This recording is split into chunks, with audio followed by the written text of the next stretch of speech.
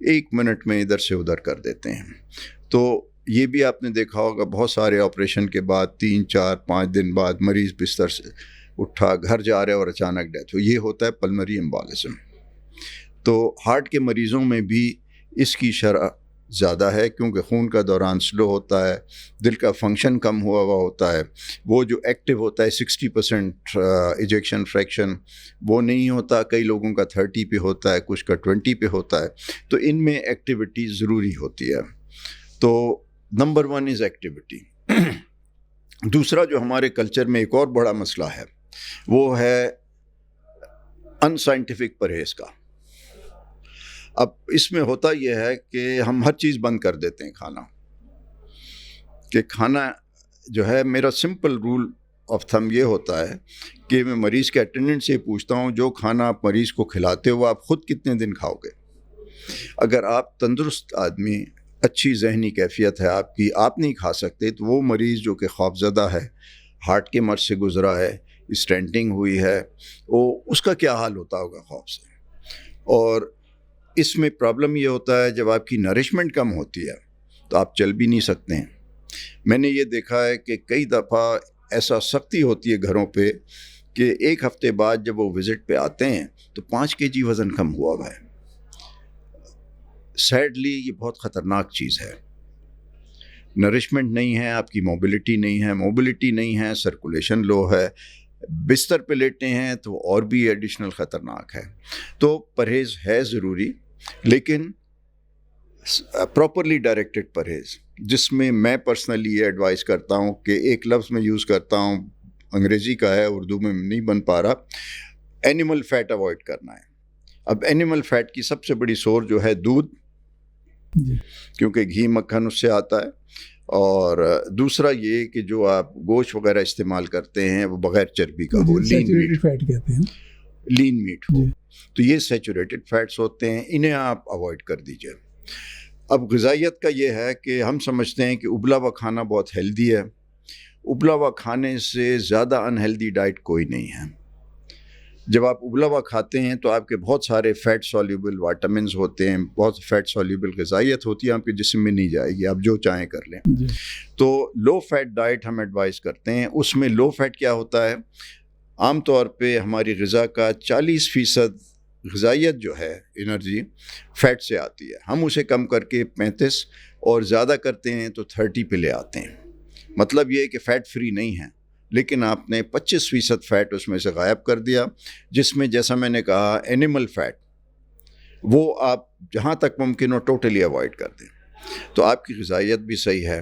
دوسرا, ہمارے کلچر میں کھانے کا مرچ کا استعمال, اور سم ہاؤ ہم یہ سمجھتے ہیں کہ مرچ سب سے بڑا زہر ہے. آپ حیران ہوں گے, میں ریپیٹ کر رہا ہوں کہ مرچ جو ہے ہارٹ کے لیے نقصان دہ نہیں بلکہ کسی حد تک فائدہ مند ہے. جتنا ڈیٹا اس کا اویلیبل ہے اس کے حساب سے مرچ کھانے والے ہارٹ کے مریض, اور یہ ڈیٹا ہمارا نہیں ہے, یہ US کا ڈیٹا ہے کہ وہاں بھی ایک خاص آبادی ہے جہاں مرچ کا استعمال بہت ہے, تو ان میں دیکھا یہ گیا ہے کہ ان میں تھوڑا بہت فائدہ ہی ہوتا ہے. انفلیمیشن کم کرتی ہے مرچ, ویزو ڈائلیٹر ہے, اور خصوصاً ہارٹ فیلئر میں بڑا افیکٹو ہے. اور ہم جو دوائیں دیتے ہیں ان میں میجورٹی ویزو ڈائلیٹر ہی ہوتی ہیں, تو اس کا اتنا نقصان نہیں ہے. تو آئی تھنک غذائیت اور ایکٹیویٹی یہ 2 چیزیں ہیں جنہیں ضروری ہیں, پلس ایک سب سے اہم چیز دوائیاں. اینجیوپلاسٹی کے بعد دوائیاں بہت اہم ہیں. یہاں تک کہ آج سے سمجھیں 20 سال پہلے جو اسٹینٹ آتے تھے اس میں ہم 2 دوائیاں خصوصاً دیتے ہیں خون پتلا کرنے والی. اس وقت کے اسٹینٹ ایسے تھے کہ 1 مہینے 2 مہینے بعد بھی اگر 1 ڈوز مس ہو جائے تو بند ہو جاتا تھا اسٹینٹ. بہت سارے لوگوں کی کیونکہ 5 6 7 8 دوائیاں ہوتی ہیں تو وہ یہ سمجھتے ہیں کہ جی میں 8 میں سے 7 تو لے ہی رہا ہوں, 6 تو 2 رہ گئیں تو کیا ہے. سب سے خطرناک چیز یہ ہے کہ جو بلڈ تھنر کا 1 ڈوز بھی اگر آپ مس کرتے ہیں تو آپ کا اسٹینٹ فوری بند ہو سکتا ہے. تو دوائیوں کے بارے میں آپ بہت احتیاط رکھیں, دوا مس کرنے کی کوشش نہ کریں, اور یہ نہ سوچیں کہ اس دوا سے یہ ہو رہا ہے تو اس دوا سے وہ ہو رہا ہے. اگر دوا سے پرابلم ہے اپنے ڈاکٹر کو رپورٹ کریں, کیونکہ ہر چیز کا حل ہے آج کل کے دور میں. رپورٹ کیجئے، اس کا کوئی نیم البدل ہوگا یا کوئی اور وجہ ہوگی جس کی وجہ سے آپ کو پرابلم ہو رہا ہے. بہت کم ایسا ہوتا ہے کہ اسی دوا سے مسئلہ ہو. ایسا نہیں کہ نہیں ہو سکتا، لیکن بہت کم ہوتا ہے ایسا. تو اور ان سب چیزوں کا حل ہے. اس لیے بہتر یہ ہے کوئی بھی دوا چھوڑنے سے پہلے، ہم بڑا کامن ہے کہ جی وہ دوا نقصان دے رہی تھی. دوائیوں سے عام طور پہ نقصان نہیں ہوتا. تو دواؤں سے سب سے پہلے جو میں ایک جملہ اپنے مریضوں سے استعمال کرتا ہوں، یہ دواؤں سے ناراضگی دور کریں سب سے پہلے. کیونکہ ہمارے ایک کنسیپٹ ہے کہ دوا کچھ دو سب سے پہلے پوچھتے ہیں سائیڈ ایفیکٹ کیا ہیں. بھئی اس چیز سائیڈ ایفیکٹ یہ سب ریسرچ ہوئی ہوئی ہے، ہیومن سیفٹی اس کی اسٹیبلش ہوئی ہوئی ہے. اس کے سائیڈ ایفیکٹ منیمل ہوتے ہیں جب بھی وہ روزمرہ کے استعمال میں آتی ہیں. تو اس لیے دواؤں کے ساتھ کا فائدہ کی سوچا کریں بجائے اس کے کہ سب سے پہلے اس کے سائیڈ ایفیکٹس کا سوچیں. تو آئی تھنک اسٹینٹ کے بعد آپ کی زندگی نارمل ہوتی ہے. میں پرسنلی عام طور پہ دوسرے تیسرے دن دے گو بیک ٹو ورک، کیونکہ اس میں چھٹی کرنے کا کوئی وہ نہیں. ہاں اگر آپ کو ہارٹ اٹیک ہوا ہے جسے ہم پرائمری اینجیوپلاسٹی کہتے ہیں، وہ ہوئی ہے تو ہارٹ اٹیک جتنا بڑا ہے اس کے حساب سے آپ نے 1 ہفتہ 2 ہفتہ جو بھی ٹائم پیریڈ ہے وہ آپ نے کام پہ نہیں جانا، لیکن گھر پہ بھی بستر پہ نہیں رہنا، تھوڑا بہت ایکٹیو رہنا ہے. تو یہ چند چیزیں ہیں، دوائیاں، غذائیت، ایکٹیویٹی، اور یہ 3 چیزوں کا احتیاط ضروری ہے. باقی آپ ٹوٹلی نارمل لائف جو آپ کی ہے اس پہ جتنے جلدی آپ واپس جائیں اچھا ہے. کیونکہ آپ جتنا سلو کرتے ہیں آپ کی ریکوری اتنی ہی سلو ہوتی ہے. اور بعض اوقات لوگ جو ہیں اپنی مینٹل سچویشن کی وجہ سے خوف سے کبھی بھی نارمل نہیں ہو پاتے، ہر وقت خوف میں رہتے ہیں. خوف میں رہنے سے کوئی فائدہ نہیں ہے. اگر سمپل ہے کہ انسانی کام ہے، گارنٹی نہیں ہوتی، لیکن اسٹینٹ لگانے کے بعد پرابلم کا ریشو اتنا کم ہے کہ ہر ایک کو سیف فیل کرنا چاہیے. مطلب روڈ پہ ایکسیڈنٹ کا جو انسیڈنس ہے وہ زیادہ ہے، اسٹینٹ میں پرابلم آنے کا انسیڈنس اس سے کم ہے. تو آج کل کے دور میں اگر اچھی اینجیوپلاسٹی ہوئی ہے، very safe, go back to work, live a normal life جو کہ آپ کے ہارٹ کی کنڈیشن کے حساب سے ہے. کچھ ثابت کرنے کی کوشش نہ کریں ایکسٹرا کہ میں یہ کر کے دیکھ لوں یا وہ کر کے دیکھ لوں. نارمل لائف اپنی رکھیے، جتنا آپ کر سکتے ہیں وہ کیجیے، اور انشاءاللہ خدا نے چاہا تو آپ لوگ سب صحت مند رہیں گے. اسٹینٹ ڈالنے کے بعد اگر ان مشوروں پہ عمل کیا جائے تو اسٹینٹ کی لائف کتنے عرصے تک ہوگی؟ بڑا انٹرسٹنگ سوال ہے. اسٹینٹ کی لائف کا کچھ کہنا بڑا مشکل کام ہے، کیونکہ 1 سال میں کتنی ہی اچھی اسٹینٹنگ ہوئی ہو، 5% اسٹینٹ میں مسئلہ آنا ہے جو ساری دنیا میں ہوتا ہے. اب اس میں یہ نہیں کہہ سکتا کہ آپ کو آئے گا یا آپ کو آئے گا.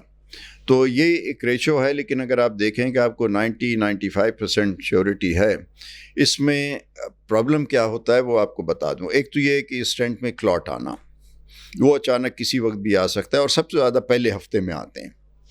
تو وہ آتا ہے تو پرابلم ہوتا ہے، یہ بہت بڑا، فوراً رپورٹ کریں، ہم دوبارہ کھول دیتے ہیں. پھر اس کے بعد اگلے 6 مہینے میں اسٹینٹ میں تنگی آنی شروع ہوتی ہے، وہ نیا مرض ڈیولپ ہوتا ہے. تو اگر اسٹینٹ اچھی نہیں لگا، اس کی جو ہے الائنمنٹ نہیں ہے وال کے ساتھ، کچھ ہے، تو ان میں ذرا 6 مہینے میں تقریباً 5 سے 7% میں، اور کئی دفعہ 10% تک دوبارہ سے نیروئنگ آ سکتی ہے. 6-8 مہینے کے بعد پرابلم جو شروع ہوتا ہے وہ ایک نیا مرض ہوتا ہے. مثلاً ایسا ہے کہ اگر آپ کو کہیں زخم ہو جائے، زخم ہیل ہوتا ہے تو کچھ دیر کے لیے وہ اونچا نظر آتا ہے پوری ہی. تو یہ ایک ہیلنگ پروسیس ہے اندر جو آرٹریز میں ہوتا ہے، اور اسٹینٹ کی جو میٹل ہے اس کو کور کرنا لازمی ہوتا ہے. جب تک وہ کور نہیں ہوتا اسٹینٹ کے بند ہونے کا رسک بہت ہوتا ہے. تو یہ ایک ہیلنگ پروسیس ہوتا ہے، اور کافی کچھ لوگوں میں یہ ہیلنگ پروسیس اوور شوٹ کرتا ہے، جسے ہم انسٹینٹ کہتے ہیں ڈیزیز. تو اس میں نئی ڈیزیز کا بھی دخل ہے، پلس یہ ہیلنگ کا بھی ہے، دونوں مل کے. جو کچھ سال میں مسئلے آتے ہیں، 2 3 4 5 سال میں، وہ نئی ڈیزیز ہم اسے کہتے ہیں، کیونکہ باڈی وہی ہے، سارے پروسیس وہی ہیں. اب اس کے لیے ہم کیا کرتے ہیں کہ ایکسرسائز، پریونشن میں اب آتے ہیں، سیکنڈری پریونشن جسے ہم کہتے ہیں. تو سیکنڈری پریونشن میں وہی ڈائٹ ہے، دوائیاں ہیں, اور ایک خصوصاً ایک ٹارگٹ ہوتا ہے جو کہ اور آنے والی ریسرچ کے حساب سے اور بھی نئی چیزیں آئیں گی بہت جلد. لیکن آج کل جو بلڈ ٹیسٹ میں ہمارے ٹارگٹ ہیں وہ یہ کہ آپ کی کولیسٹرول کا ایک جز ہوتا ہے LDL, اس کو ہم 50 سے کم رکھیں.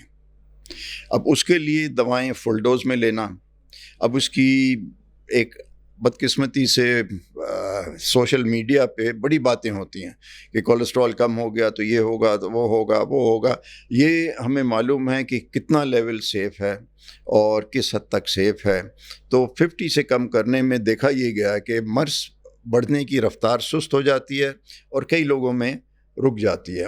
تو میں لٹرلی, آپ یقین کیجئے, کچھ میرے مریض ہیں جو 20 سال کے بعد آ رہے ہیں, وہ اسٹینٹ چل رہے ہیں. یہ گارنٹی نہیں ہوتی لیکن اس کی کوئی لمٹ نہیں ہے. اور آج کل جو نئے اسٹینٹ آ رہے ہیں ان کا تو بڑا اچھا رزلٹ ہے کہ کئی دفعہ اسٹینٹ میں تھوڑے بہت مسئلے ہوتے بھی ہیں تو اتنا بڑا مسئلہ کریٹ نہیں کرتے وہ. تو میرے خیال ہے لائف پہ جو میں نے کہا آپ کو 5% میں پرابلم آنا ہی ہے, اور تقریباً 5 سال میں ان میں 20 سے 25% میں مسئلہ آنا ہے, تو اس کو ہم دوبارہ کریکٹ کر لیتے ہیں.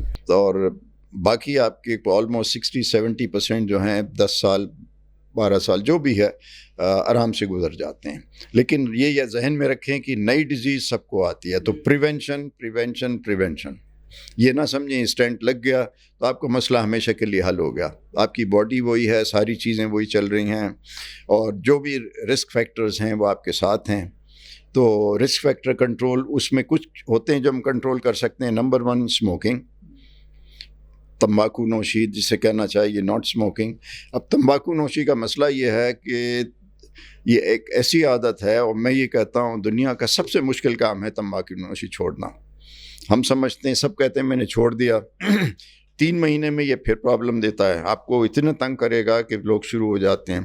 پھر 1 سال بعد, 2 سال بعد, 2 سے 2.5 سال گزر جائیں تو پھر مجھے یقین آتا ہے کہ شاید تمباکو چھوٹ گیا ہے. اور دوسرا, اپنی ڈائٹ آپ نے ہیلدی رکھنی ہے. تیسرا, اپنے لائف سٹائل. وزن اگر زیادہ ہے اس کا کنٹرول ضروری ہے. اس میں ایک ساؤتھ ایشیا میں, اب وزن پہ بات آ رہی ہے, تو ساؤتھ ایشین ریجن میں ایک جو موٹاپا ہے وہ بہت زیادہ ہے. یہاں تک کہ اگر آپ کا باڈی ویٹ BMI نارمل ہے تو بھی میں آپ کو موٹا کہوں گا. کیوں؟ کہ ہمارے ہاں توند نکلی ہو, جسے ہم سینٹرل اوبیسٹی کہتے ہیں, وہ سب سے کامن ہے, توند کا نکلا ہونا. یہاں تک کہ ہم دیکھتے ہیں کہ ہمارے یہاں بچوں کے بھی چھوٹے چھوٹے پیٹ نکلے ہوتے ہیں جو کہ باقی دنیا میں نہیں ہوتے. اس کی وجہ ایکٹیویٹی اور ڈائٹ, ہائی کاربوہائیڈریٹ ڈائٹ اور پور ایکٹیویٹی. مطلب اسکولوں میں ہم جاتے ہیں تو ٹرانسپورٹ سے جاتے ہیں, جبکہ یورپ وغیرہ میں لوگ بچے پیدل جاتے ہیں, پیدل آتے ہیں. ہمارے اپنے مسئلے مسائل ہیں. دوسرا, اسکولوں میں پلے گراؤنڈ ہر جگہ ہوتے ہیں, جو ہمارے ہاں بھی ہوتے تھے, لیکن آج جو حالات ہیں, ایجوکیشن کی ضرورت ہے, جگہ نہیں ہے, بغیر پلے گراؤنڈ کے اسکول ہیں, تو بچوں میں وہ فزیکل ایکٹیویٹی, بلکہ اب مجھے پتہ نہیں کہ پرائمری اسکولوں میں PT بھی شاید نہیں ہوتی. پہلے تو ایک زمانے میں PT کا ایک پیریڈ ہوتا تھا ہر اسکول میں. تو ہم انکریج نہیں کر رہے ہیں فزیکل ایکٹیویٹی. اور اب تو یہ حال ہے کہ ہمارے ملک میں بھی اوور آل اوبیسٹی یعنی BMI بھی بڑھنے لگا ہے. اور یہ چیزیں جو ہیں اس کی احتیاط رکھنا ضروری ہے. ڈاکٹر صاحب, ناظرین آپ نے سنا کہ ڈاکٹر صاحب نے بہت تفصیل سے مشورے دیے کہ آپ کو اپنی صحت برقرار رکھنے کے لیے, خاص طور پر اسٹینٹ اگر آپ کو ڈل گیا ہے تو اس کے بعد آپ نے اپنی طرز زندگی میں اگر وہ تبدیلیاں لے کے نہیں آئی جو ڈاکٹر صاحب نے مشورہ دیا ہے, تو پھر آپ کو پرابلم پیش آ سکتی ہے. تو اس لیے ان تمام مشوروں پہ عمل کر کے آپ اسٹینٹ کی لائف بڑھا سکتے ہیں, اور آنے والے اسٹینٹ سے بچاؤ بھی کر سکتے ہیں. اور یہ مشورے صرف ان لوگوں کے لیے نہیں ہیں جن کو اسٹینٹ ڈلا ہوا ہے, یہ مشورہ ہر شخص کے لیے ہے. میں تو یہاں تک کہوں گا یہ بچوں کے لیے بھی ہے. جیسے آپ نے ڈاکٹر صاحب بات کی کہ ہائی کاربوہائیڈریٹ ڈائٹ جو ہے وہ آپ نے بتایا کہ اس سے موٹاپا ہوتا ہے. اچھا, یہ ایک مسکنسیپشن ہے کہ فیٹ سے ہی فیٹ بنتا ہے, لیکن ہائی کاربوہائیڈریٹ ڈائٹ جو ہے تو کاربوہائیڈریٹ جب زیادہ ہوگا تو وہ فیٹ میں کنورٹ ہو جاتا ہے. میں اس میں ایک بات کہتا چلوں, ہائی کاربوہائیڈریٹ ڈائٹ سے ٹرائیگلیسرائڈ بڑھتے ہیں اور HDL کم ہوتا ہے. تو ساؤتھ ایشیا میں ایک جو ہمارا یہ لپڈس کا مسئلہ ہے اس میں سب سے بڑا ہائی ٹرائیگلیسرائڈ اور لو HDL ہے، جس کا تعلق ہائی کاربوہائیڈریٹ اور ایکٹیویٹی ایکسرسائز سے ہے، دونوں سے ہے. تو اسٹنٹ ڈالنے کے بعد اگر آپ ان مشوروں پہ عمل کریں گے جو ڈاکٹر صاحب نے دیے ہیں تو آپ کی زندگی زیادہ بہتر صحت مند رہے گی. اور یہ مشورہ ان لوگوں کے لیے بھی ہے کہ جن کو اسٹنٹ نہیں ڈالا، اس لیے کہ یہ جنرل انفارمیشن اور مشورے ہیں جو آپ کی ہارٹ کی صحت کے لیے ضروری ہیں. ہارٹ ہمارا سب سے اہم آرگن ہے، اس کی حفاظت کریں گے تو آپ کی اوور آل زندگی اور جتنی لائف اسپین ہے، ہیلتھ اسپین بھی آپ کے اس کے برابر ہوگی انشاءاللہ. Thank you very much. السلام علیکم.